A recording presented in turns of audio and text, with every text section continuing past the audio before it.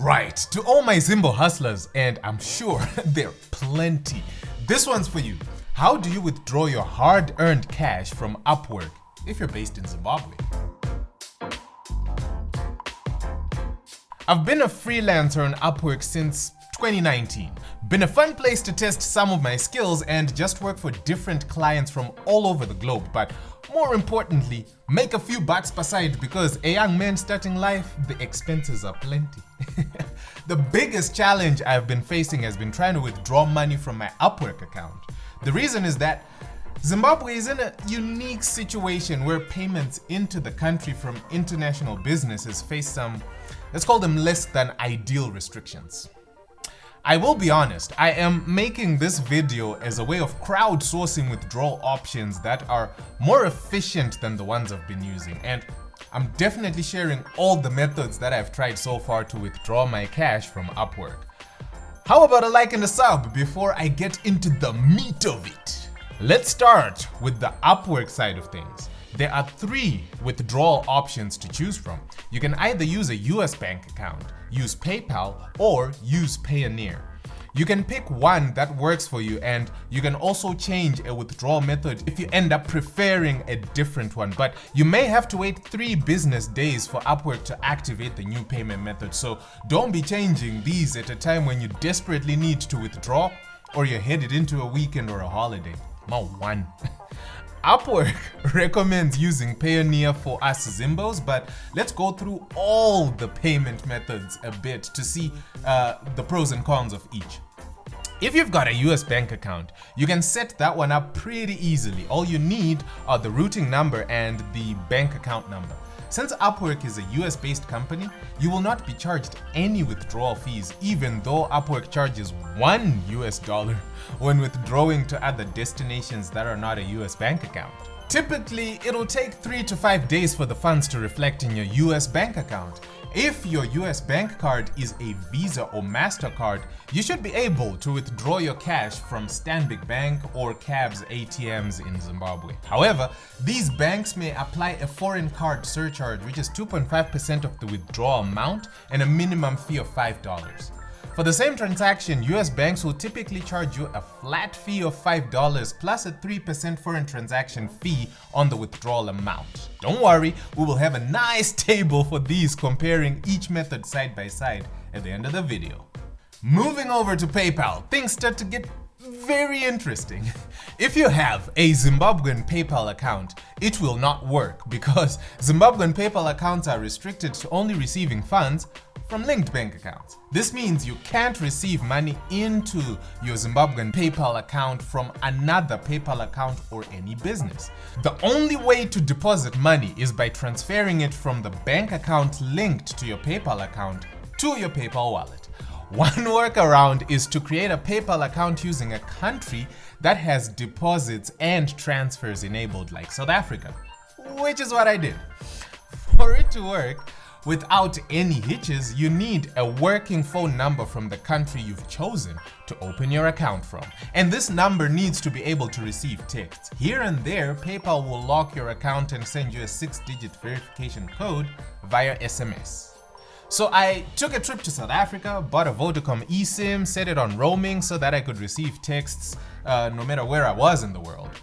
Second requirement is a valid physical address in the country that you've chosen to open your PayPal account from. You can Google any address or just use a friend's or relative's address if you have one of those lying around. Lastly, you need to ensure that you set your PayPal currency to US dollars to avoid currency conversion fees, which can be very painful sometimes. Charges here are the wild west, so for the example I'll give here is restricted to a South African PayPal account. Let's say you have an FNB account linked to your South African PayPal account. You will first incur a 2.5% currency conversion fee from US dollars on the Upwork side to South African Rand on the PayPal side, assuming you keep your PayPal wallet currency in Rand. To transfer funds from your PayPal wallet to your linked FNB account, you'll be charged an additional 0.81 to 1.51% of the transaction amount. If the bank card you link to your PayPal account is from a different country than that from which your PayPal account was created or has a different account name, you will not be able to transfer funds from the PayPal wallet to the linked card. But you can totally fund your PayPal wallet with the linked card even if the countries of the card and the wallet are different. I did say things are the wild west in PayPal, but even then, that's what I'm using at the moment, and how I am doing it looks a bit like this. PayPal wallet is South African and the linked bank card is Zimbabwean. Wallet currency is set to US dollars. I'll withdraw from PayPal and get charged a $1 withdrawal fee regardless of the amount I withdraw. Cool. Funds will arrive in my PayPal wallet in under a minute, so it's fairly instant. I look for a Zimbo who has cash and is looking for PayPal. Honestly, I was hoping WireMate would facilitate this, but alas. So, I have a guy that I use who will charge me a flat fee of 7% to withdraw my PayPal funds through him as cash. The transfer from my account to his using the family and friends option means PayPal charges me a flat fee of $5.74 on top of the 7% I'm paying this fella for his services. Oh, and another thing to look out for, make sure your PayPal wallet and the PayPal wallet of the person or entity you're using to withdraw from are using the same currency. I used to use another guy whose PayPal account was in pounds, and I was paying the $5.74 flat fee plus the 4% currency conversion fee applied to the transaction amount. And if the exchange rate is not in your favor, well, add that as well to your losses. PayPal is very messy, and I don't think my method is the most efficient or the most economical, so please, if you have a more efficient PayPal method for Zimbabwe, throw it in the comments. I'd love to hear it. Then finally there is Payoneer. This one allows you to create an account with your Zimbabwean details, link any bank account, and even have different wallets within your account for different currencies, amongst other things. Upwork will charge you a $1 withdrawal fee to your Payoneer account, just like it does for PayPal. As for Payoneer, they charge you an annual account service fee of $30 if you receive less than $2,000 in your account within 12 months. That's cheaper than what some local banks are charging, but that said, PayPal doesn't have any account service fees. Something to think about if you're going the Payoneer route. Transaction charges. You can transfer your wallet balance from your Payoneer account to a bank account or card that is linked to it. If your withdrawal amount is $500 or less, there is a flat $15 fee for each transaction, and beyond $500, the fee is 3% per transaction. There are a couple of Zimbabwean banks that you can withdraw your funds into from Payoneer without a fuss, including CABS, First Capital Bank, Nedbank, Stanbic Bank, and Stuart Bank. What you'll need to add your bank to Payoneer is your bank account number and the bank's SWIFT code.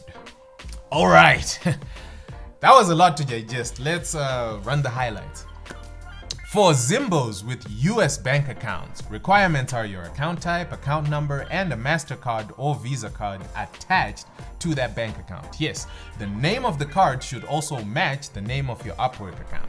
No Upwork withdrawal fees, but funds can take 3 to 5 days to reflect in your US bank account. Then you have a 2.5% charge with a minimum charge of $5 when withdrawing from a Zimbabwean ATM, and a $5 flat fee plus 3% charge on the US side for the same transaction, bringing the total charges to 5.5% of the withdrawal amount and as much as $10 on top of those for minimum charges. Banks in Zimbabwe with ATMs that accept US bank cards include Stanbic Bank and CABS.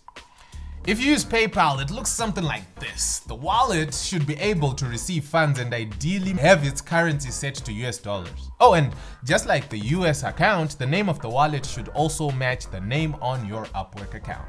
As for charges, Upwork takes $1 for every withdrawal. A flat $5.74 fee is charged for transferring money to another PayPal account, and you may add the percentage the service provider you're using charges you to withdraw the cash, which is 7% for me with the guy that I'm using. Using FNB on a South African PayPal account means a 4% currency conversion fee and up to an additional 1.15% withdrawal fee from PayPal to your FNB account. Then Payoneer, Upwork's recommended withdrawal method for Zim. Requirements are a Payoneer account with the same name as your Upwork account, To add a bank to your Payoneer account, you'll need your account number and your bank SWIFT code. Charges are a flat $15 charge for any withdrawal of $500 or less, or 3% for all withdrawals above $500. You also get a $30 annual account service charge if you withdraw less than $2,000 in 12 months. You can withdraw into Zimbabwean bank accounts including CABS, First Capital Bank, Nedbank, Stanbic Bank, and Bank. Here are all three methods side by side if you want to take a screenshot of this. These are the withdrawal methods supported by Upwork and my own experiences with some of them. If this felt useful, I hope you share it with your fellow Zimbo hustlers. If you have found even better methods of receiving funds from Upwork or other platforms like it, throw that stuff in the comments. You're all amazing, and I'll catch you in the next one.